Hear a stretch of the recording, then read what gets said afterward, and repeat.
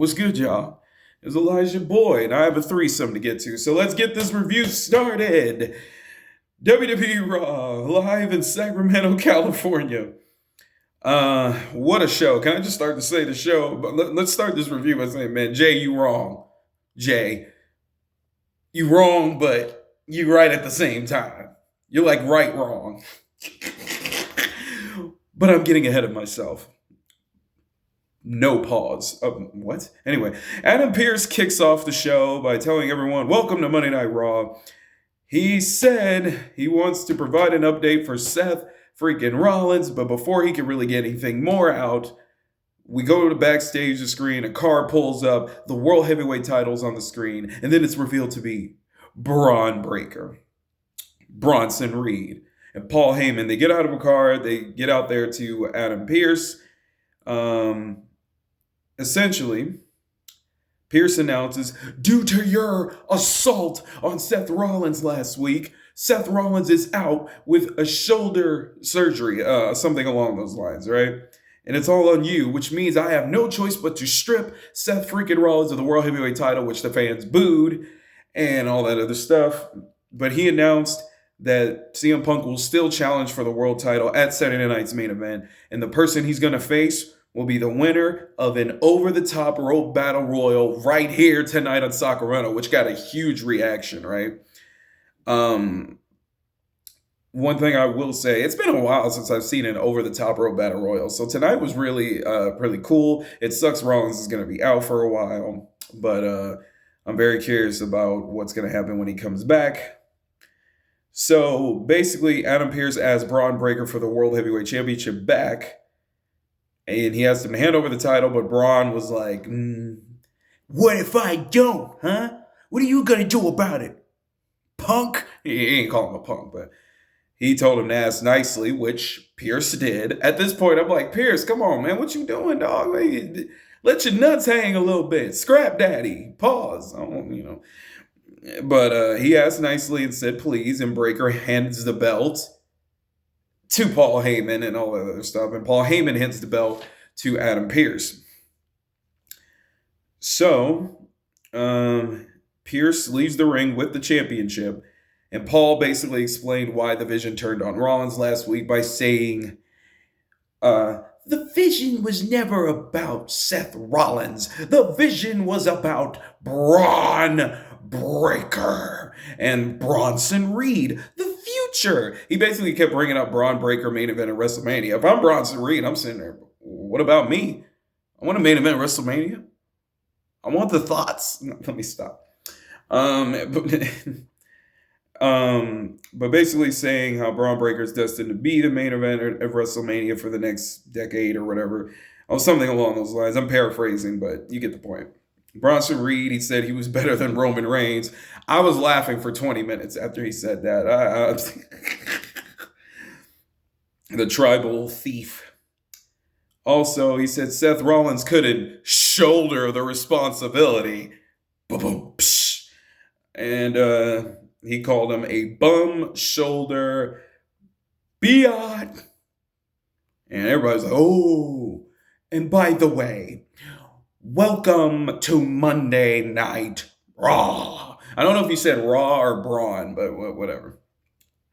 Then we cut to a backstage segment of the Judgment Day. Finn Balor and JD McDonough were basically mad at Dirty Dom because of him talking to Adam Pearce. They will have to defend their title against AJ Styles and Dragon Lee, where Dirty Dom basically boasts, I beat AJ twice. What? You guys can't handle it? And the crowd was like, oh, or he said something along those lines. And Finn and JD, it was like, yeah, we could take them. It doesn't matter. You know what? You can face Rusev alone tonight because we're busy, and all that other stuff. So they leave. And then Dirty Dom's all upset. So Roxanne Perez walks up to Dirty Dom and is like, don't worry, Dom. You can do this. You can beat Rusev. You're a double champion. You're such a strong man. Inside and outside. And just know, I believe in you. Okay, she ain't saying all that. Let me chill out. I ain't gonna run. If she was looking up at me like that, you know what I'm saying? We can keep it a buck, you know what I'm saying? You know what I mean? Saddle up. Let me shut up, bro. Man, I want to hate on Dirty Dom so bad, but I respect him, you know what I'm saying? But while Roxanne is comforting him, Raquel was like, "Okay, that's enough." Don't you hate it when you talking to a shouty and then like her friend always or whoever always gets involved? Like can you go away? Like can you shut up? Go somewhere.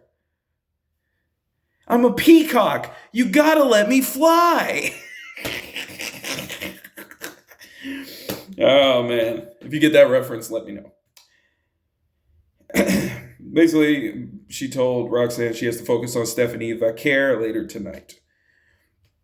Speaking in the Judgment Day, we were not done with them. The World Tag Team Championships were on the line as Judgment Day's Finn Balor and JD McDonough defended against AJ Styles and Dragon Lee, who had a dope costume on the way to the ring.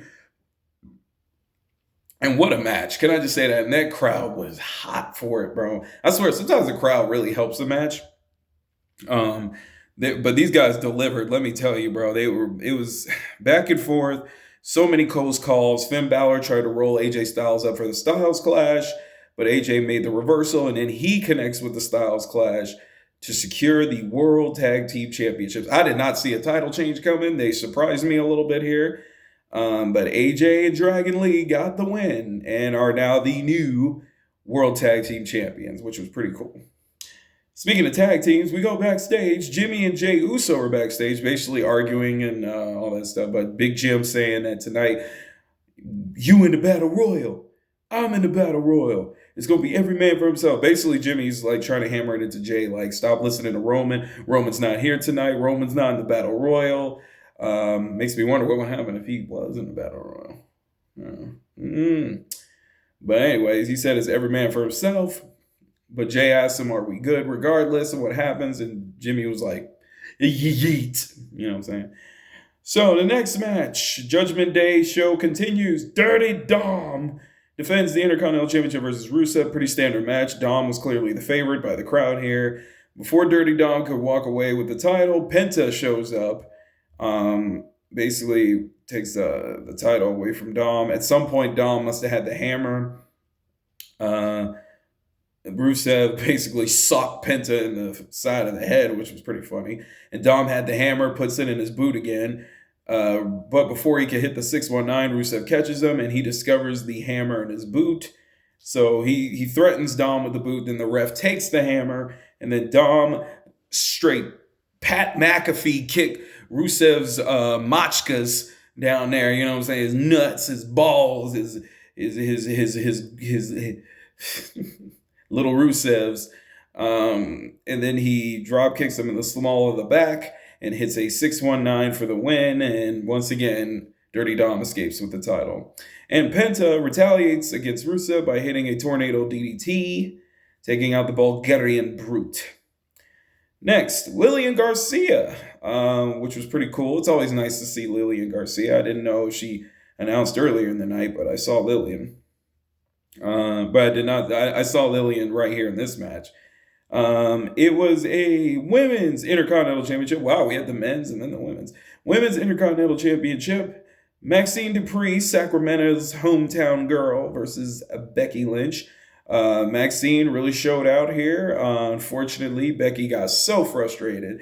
She cracked her in the back, with the belt, and Becky gets disqualified, attacks on Maxine Dupree.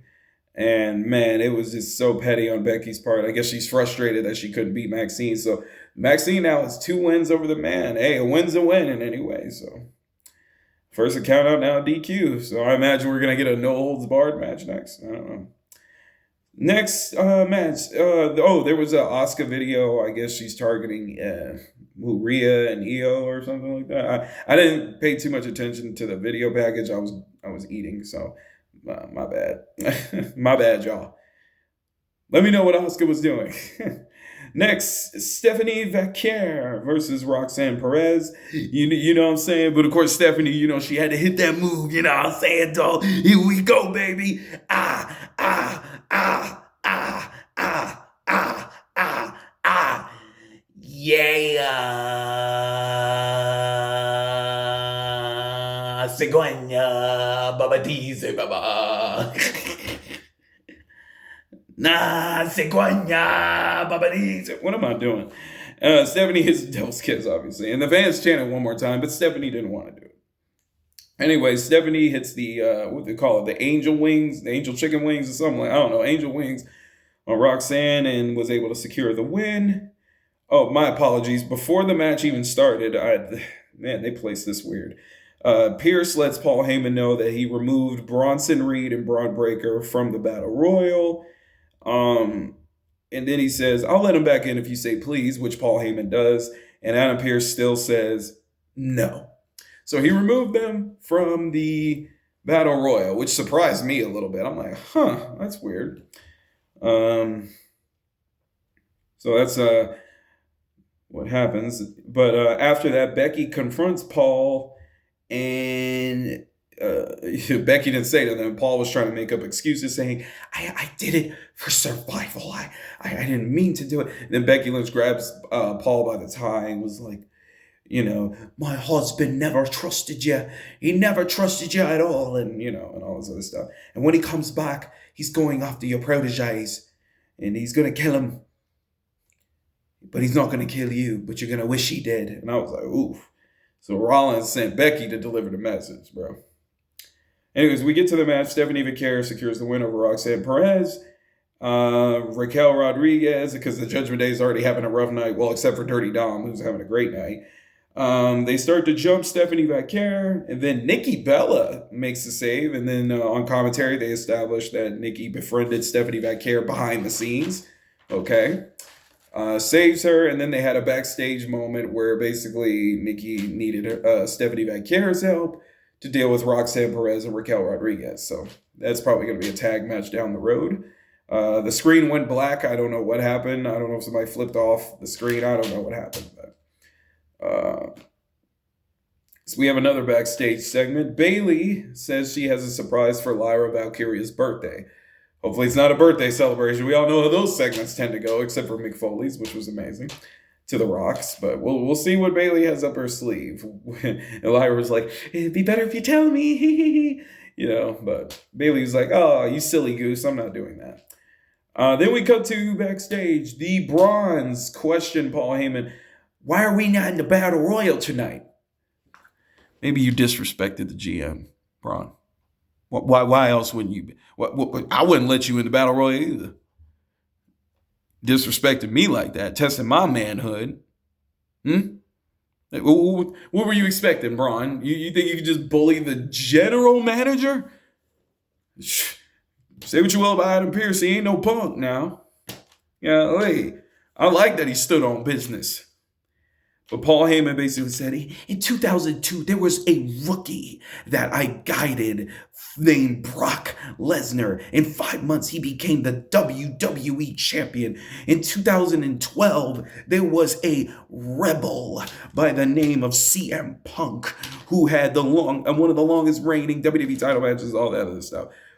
And then I led Roman Reigns. No one remembers the big dog. They remember the tribal chief because I made him the tribal chief. Take my advice. Look in the mirror for the vision, right? So basically, by the way, we always gonna remember the big dog. I mean, for better or for worse. I liked him. Everyone else hated him, but, So Braun's say there's a lot of people hurt. Yeah, there's a lot of people to hurt, Then we get to the over top of the rope Battle Royal. We have some entrances. I'm not going to go bar for bar on what happened in the Battle Royal. I just wanted to enjoy it without having to do too many notes. But the biggest story from that match, CM Punk was on commentary, and he said he was hoping to face LA Knight. That was his pick. He didn't want to fight Dirty Dom because he said he smells, which I thought was pretty funny.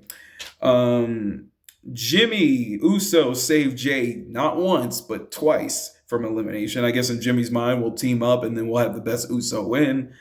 But when Jimmy had LA Knight on the side, Jimmy had him on the side. Jey Uso throws both Jimmy and LA Knight over the top rope, much to Jimmy's shock and betrayal. And Dirty Dom kind of like hid in the background. Dirty Dom did get eliminated earlier, but the refs didn't see it, so it didn't count. So, once again, Dirty Dom outsmarting everyone. He goes to hit Jay with a 619, but Jay reversed at the last second, sends Dirty Dom over the top rope, and Jey Uso will face CM Punk for the World Heavyweight Championship at Saturday night's main event, which I will be watching because it costs less, I'll tell you that much. We will be watching, but Jimmy was angry, but Jay, I mean, technically he's not right, but technically he ain't wrong either, so it's pretty messed up. I'm curious to see where the Usos go from here. But CM Punk went in the ring, stood face-to-face from Jay, and the main event is official for Saturday night's main event. Well, not the main event. I don't know if it's the main event, but you get what I'm saying. CM Punk versus Jey Uso for the World Heavyweight Championship. Who am I going to root for? I don't know, because I love both these dudes equally, so I don't know what to do. With that being said, please like and subscribe if you enjoyed this review. Let me know your favorite part of Monday Night Raw tonight. Did you love it? Did you hate it? What was your favorite match, favorite segment? Let me know who you rooting for, CM Punk or Jey Uso.